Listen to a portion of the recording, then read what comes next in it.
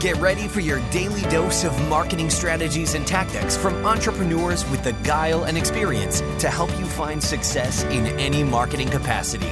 You're listening to Marketing School with your instructors, Neil Patel and Eric Su. Welcome to another episode of Marketing School. I'm Eric Su. And I'm Neil Patel. And today we're going to talk about what type of content you should be creating when you can only blog one time a week. So I think when you look at what Neil's done with QuickSprout initially, QuickSprout, when you're doing it first, Neil, it was only once a week, right?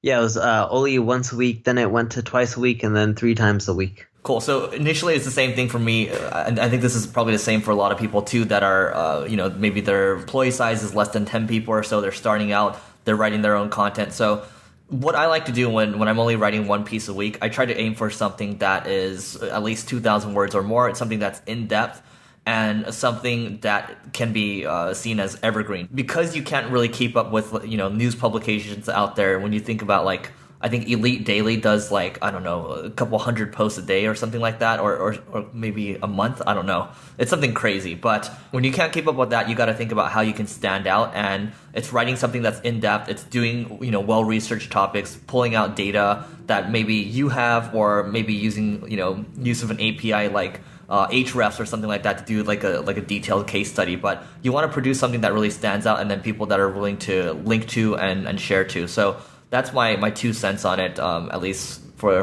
this first bit. The way I look at content marketing, especially when you're starting out, is you have to figure out a few things. It doesn't matter if you're in B2B or B2C. The first is you have to figure out who are you targeting and how can you help them. So a good example of this is at Kissmetrics, we're targeting marketers and we want to help just generate more sales from their websites.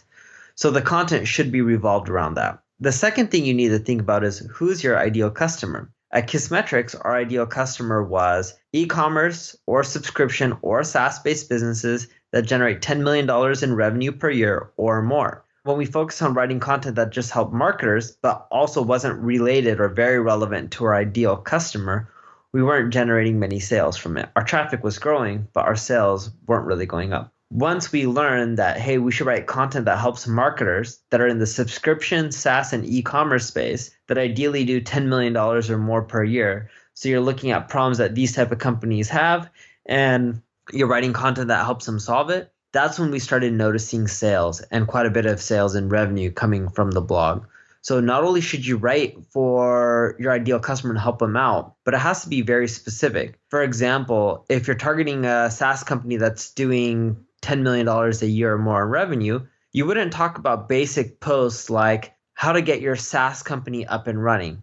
You may end up doing more detailed posts such as how to decrease your churn rate with your SaaS company. Because any company that's doing $10 million or more per year, they're probably looking at more detailed metrics like churn. Churn is how many people are canceling each and every single month. So when you're trying to fine tune your blog posts, make sure you're not only targeting, hey, how can I help people, but how can I help my ideal customer, and create one really detailed post per week. Has to be super actionable and thorough. Doesn't have to be related towards your product, more so has to be related towards your ideal buyer and be in the same industry as the product and service that you're selling. Eventually, that'll cause you to generate more leads and sales. A good example of this, a couple of examples I'm going to rail off so you can actually take a look.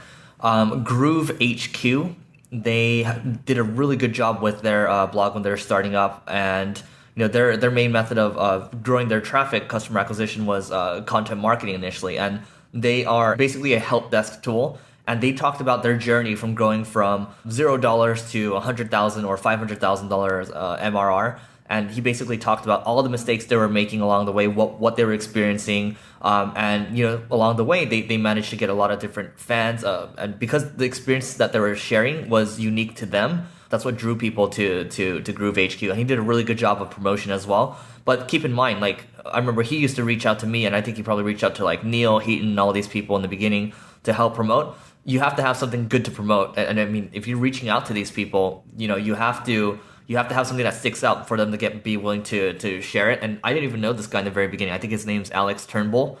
And yeah, I mean, I think nowadays they've shot past that goal, and they're doing really well now. And I think another example would be one of their competitors. I think it's Help Scout. When you look at the guides that they have on their site, the blog posts that they have one on customer acquisition. They have one on, I think, one on customer success as well. If you Google customer success and then you Google customer acquisition, they're ranking number 1 or number 2. And if you look at the depth of their posts, it's because they're really in depth and they're really well done. And I would also suggest, I mean, because you're creating something that's super in depth, don't forget about something that Neil and I talk about, which is content upgrades. So just Google the keyword content upgrades. If you're creating content, you want to take it one step further, have that content upgrade, right? So people can opt into it, whether it's like a checklist or a PDF, whatever it is exactly. That way you can drive more email signups because emails are still a really good revenue generator today.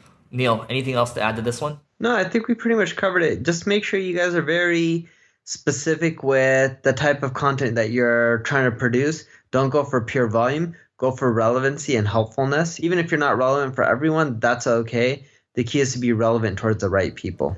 All right, that's it for today's episode of Marketing School. We'll see you tomorrow. This session of Marketing School has come to a close. Be sure to subscribe for more daily marketing strategies and tactics to help you find the success you've always dreamed of. And don't forget to rate and review so we can continue to bring you the best daily content possible.